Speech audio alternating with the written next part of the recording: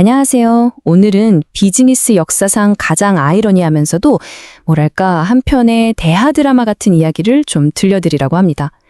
여러분, 스위스 하면 뭐가 가장 먼저 떠오르세요? 알프스 산맥? 아니면 달콤한 초콜릿? 비밀스러운 은행? 그리고 바로 시계가 있겠죠.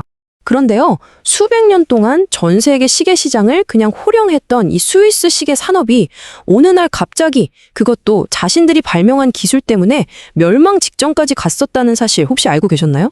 네, 맞습니다. 이게 바로 쿼츠 위기라고 불리는 전설적인 사건인데요. 오늘 이 이야기를 통해서 영원할 것 같았던 제국의 몰락과 또 기적 같은 부활의 과정을 마치 여러분이 바로 그 현장에 있는 것처럼 생생하게 그리고 아주 구체적인 에피소드들을 꽉꽉 채워서 전해드리겠습니다. 자, 우리의 이야기는 지금으로부터 한 60여 년 전으로 거슬러 올라갑니다. 시계의 제국이 가장 빛나던 순간, 1960년대 스위스의 어느 겨울날에서 시작되죠. 당시 스위스는 그야말로 시계의 절대 왕국이었습니다. 전 세계에서 팔리는 시계 2개 중 하나는 그냥 무조건 스위스제였어요. 시장 점유율이 50%를 훌쩍 넘었으니까요. 롤렉스, 오메가, 파텍 필립 이런 브랜드는 단순한 물건이 아니라 부와 명예의 상징이었죠. 이게 어느 정도였냐면 영화 007 시리즈에서 제임스 본드가 악당을 물리칠 때 손목에서 번쩍이던 바로 그 시계. 네, 그게 오메가였습니다. 스위스 사람들한테 시계는 그냥 기계가 아니었어요. 영혼이 깃든 작은 우주. 바로 그거였죠. 근데 이 위대한 전통의 시작이 종교개혁가 장 칼뱅 때문이었다는 건 참 역사의 아이러니예요. 칼뱅이 보석 같은 사치를 금지하니까 일자리를 잃은 금세 공사들이 시간을 보는 도구라는 명분으로 시계 제작에 몰려들었고 그들의 그 정밀한 기술이 500년이나 이어져 내려온 겁니다. 1960년대 스위스 시계 장인들의 자부심은 정말 하늘을 찔렀습니다. 당시에 천문대 크로노미터 경연대회라는 말하자면 시계들의 올림픽이 있었는데 여기서 스위스 브랜드들이 모든 상을 그냥 휩쓸었죠. 그들은 밥 먹고 태엽을 감아주는 이 기계식 시계야말로 인간이 만든 최고의 발명품이라고 믿어 의심치 않았습니다. 하지만 여러분, 역사에서 모든 비극은 바로 이 오만함에서 시작되잖아요. 가장 높은 곳에 있을 때가 사실은 가장 위험한 법이죠. 자, 그럼 이 혁명적인 쿼츠 기술은 대체 어디서 태어났을까요? 아마 대부분 일본을 떠올리실 거예요. 하지만 정말 충격적이게도 손목시계용 쿼츠 기술을 세계 최초로 개발한 곳은 바로 스위스였습니다. 1960년대 초에 스위스 시계 회사들이 돈을 모아서 만든 전자시계 연구소 CEH라는 곳에서 베타1, 베타2라는 프로토타입을 만들어낸 거죠. 이 기술은 진짜 혁명적이었습니다. 기계식 시계가 하루에 몇 초씩 오차가 생기는데 쿼츠 시계는 오차가 한 달에 몇 초 수준이었으니까요. 정확도 면에서는 이건 뭐 비교조차 안 되는 그냥 압도적인 기술이었어요. 1967년 스위스 연구팀은 자신들이 시계의 역사를 새로 썼다고 확신하면서 아주 의기양양하게 경영진들 앞에 섰습니다. 그런데 바로 여기서 역사적인 장면이 연출됩니다. 경영진과 장인들이 이 기술을 보고는 코웃음을 쳤어요. 한 유명 장인은 이렇게 비아냥거렸다고 합니다. 이보게, 이건 시계가 아닐세. 시계란 자고로 째깍거리는 심장 소리가 들려야 하는 법이야. 이건 그냥 배터리 넣은 장난감이고 영혼이 없는 플라스틱 덩어리일 뿐일세. 그 사람들 눈에는 이 전자기기가 500년 전통을 모욕하는 그냥 잡동사니로 보였던 거죠. 결국 스위스는 이 어마어마한 기술을 서랍 깊숙한 곳에 처박아 버립니다. 스위스가 서랍 속에 처박아둔 그 영혼 없는 플라스틱 덩어리는 지구 반대편 일본에서 새로운 기회가 됐습니다. 일본의 세이코가 이 기술의 가치를 정확하게 꿰뚫어 본 거죠. 그리고 운명의 1969년 크리스마스, 세계 최초의 상용 쿼츠 손목시계 아스트론을 출시합니다. 아스트론이 나오던 날 세이코의 엔지니어들은 드디어 우리가 스위스를 이겼다라면서 울먹였다고 해요. 자, 이제 스위스 시계 산업의 암흑기가 시작됩니다. 그 참혹함을 숫자로 한번 볼까요? 1970년에 1,600개였던 스위스 시계 회사가 10년 만에 600개로 줄어듭니다. 무려 1,000개의 회사가 그냥 공중분해된 겁니다. 고용 인원은 9만 명에서 2만 8천 명으로 전체 인력의 3분의 2가 날아갔습니다. 대를 이어 내려오던 공장들은 폐허가 돼서 유령 도시처럼 변해갔고요. 당시 스위스 신문에는 하루가 멀다고 파산과 할 소식이 실렸다고 합니다. 여기서 정말 가슴 아픈 에피소드가 하나 있어요. 한때 탐험가들이 정말 사랑했던 애니카라는 브랜드도 이 쿼츠 파동을 견디지 못하고 무너졌습니다. 회사는 현금이 없어서 직원들한테 월급 대신 창고에 쌓인 재고 시계를 줬어요.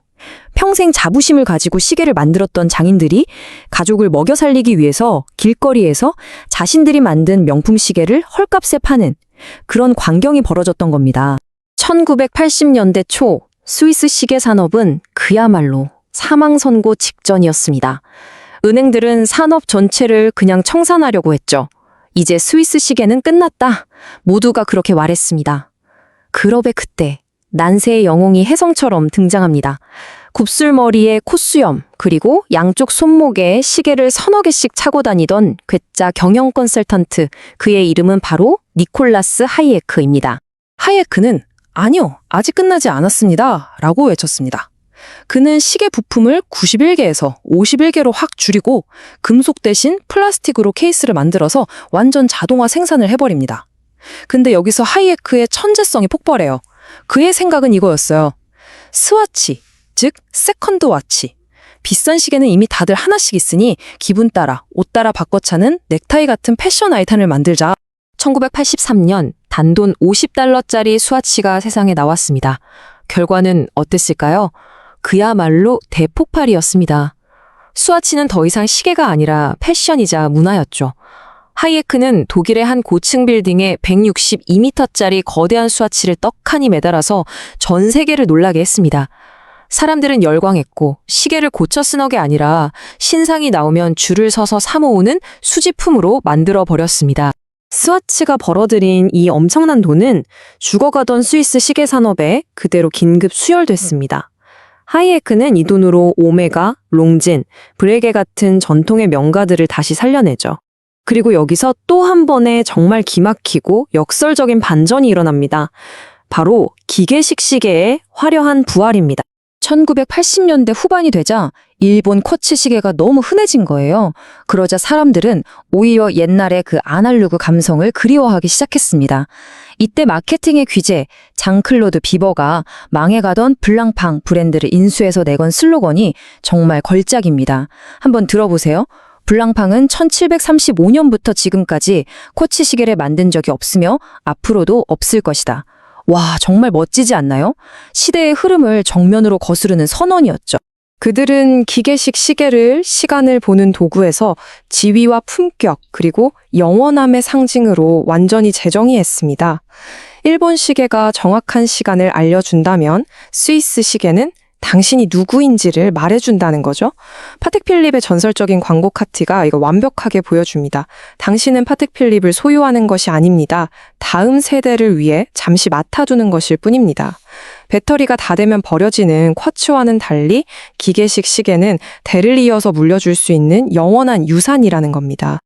자, 이 쿼츠 위기와 극복 과정은 우리에게 몇 가지 정말 흥미로운 교훈을 남겼습니다. 첫째, 오만은 혁신의 가장 큰 적이다. 스위스는 자신들이 발명한 기술을 장난감 취급하다가 산업 전체가 무너질 뻔했죠. 둘째, 적을 이길 수 없다면 그들의 무기를 받아들여라. 스위스는 일본의 무기였던 저가 대량 생산을 스와치라는 형태로 완벽하게 흡수해서 살아남았습니다. 그리고 셋째, 제품이 아니라 새로운 가치를 팔아라. 그들은 시계를 패션으로, 예술품으로, 또 대를 잇는 유산으로 재정의하면서 완전히 새로운 시장을 창조했습니다. 오늘날 스위스 시계 산업은 또 다른 거대한 도전에 직면해 있습니다. 바로 애플워치 같은 스마트워치의 등장이죠. 이미 애플워치 한 모델의 판매량이 스위스 전체 시계 수출량보다 많아졌다고 해요. 젊은 세대는 손목에 묵직한 금속 덩어리 대신에 스마트 기기를 차고 싶어 하죠. 그래서 어떤 사람들은 제2의 쿼츠 위기가 오는 거 아니냐 이렇게 걱정하기도 합니다. 하지만 스위스는 한번 뼈아픈 예방주사를 맞았습니다. 그들은 이제 너무나 잘 알고 있어요. 스마트워치가 기능과 편리함을 판다면 자신들은 영원함과 감성 그리고 스토리를 팔아야 한다는 것을요. 배터리가 다 되면 그냥 꺼져버리는 검은 화면이 아니라 내가 죽고 나서도 내 아이의 손목 위에서 째깍거리며 돌아갈 그 태엽의 가치를 말이죠.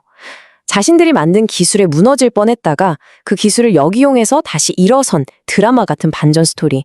이게 참 우리 인생과도 많이 닮아 있는 것 같습니다. 위기는 언제나 예고 없이 찾아오지만 그 위기 속에 바로 반전의 열쇠가 숨어 있다는 사실 잊지 마시길 바랍니다.